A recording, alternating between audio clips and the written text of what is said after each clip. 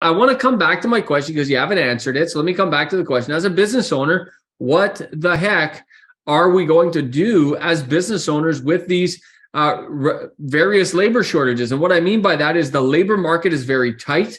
I have my opinions on this, by the way, which I'll share after. But, a lot of people are having a difficult time hiring. And if you can't hire, you can't grow. And if you can't grow, you can't keep contributing to growing GDP. That's the bottom line is your revenue of your businesses and my revenue from my businesses contribute to the GDP. And we have to keep growing our businesses if we're going to contribute to that GDP. What do we do? And what are you going to do as this labor gets tighter and tighter and tighter? Well, something interestingly enough, a friend of mine pointed out to me that I've been through 5 different kind of cycles of recession, highs and lows.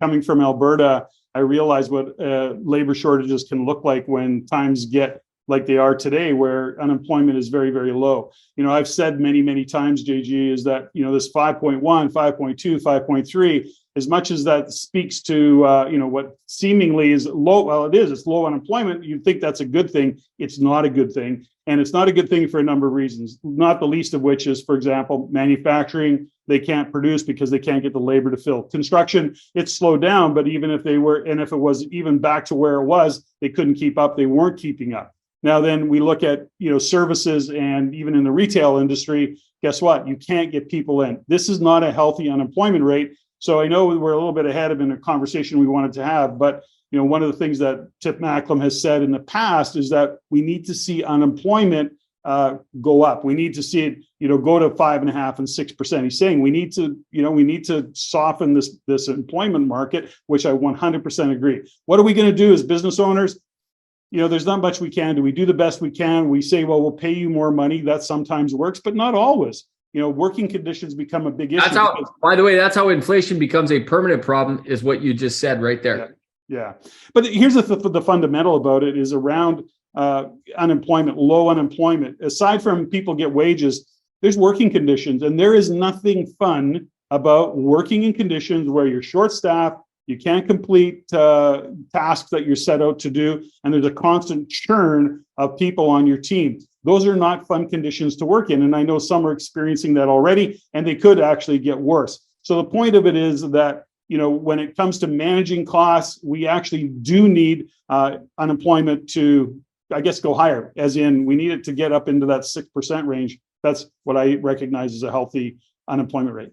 I think the only thing that's going to solve this problem is technology. I think that this is where technology has to help eliminate some of these jobs. It really does. And I always laugh at people who say, oh, this technology is going to take my job.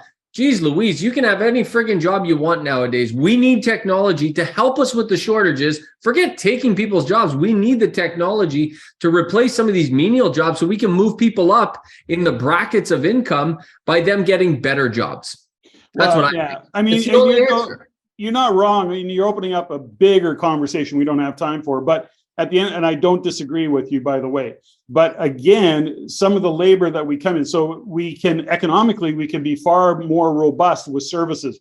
And some of those services are IT services that we are actually selling outside of the country, and we're providing services for, and specialties outside of the country. But I want to go back to the productivity side of things, which is, our exports are marginal at best. We sometimes are negative and positive import-export. Our manufacturing has been decreasing for a number of years. So, we also have to have those jobs. So if China is, in fact, if we're going to kind of go away from, importing a bunch of China goods because of what's happening over there and what we're now taking on, we need other types of labor, other types of skilled labor. It can't just all be IT. So, it is a very complex issue. And when we're looking at it today, when we look at it today, we know that we have labor shortages, and we have labor shortages kind of right across. It's a very broad-based problem that we're facing in terms of industry. But back to the technology. Listen, let's just take TVs. Okay, let's take a stupid example, but it's a real one. You're going to onshore TV production or some other production of devices. Let's just say, right? You're not going to do that with people. You have to do that with technology. There's no damn way anybody in this country is going to work for the price that we need to work for in order to afford a $600 cell phone. Without that, hey, look at that. Isn't that cute? Look at my kitty cat. That's cute. Anyways, there's no way we can produce incredible devices at that price without either A, way better technology, or B, offshoring. It just ain't happening. I understand, JG. And I'm not saying that that isn't a good point. It is a good point. But we have to come back to some of the foundational things that and how we operate. Now, again, technology will replace it.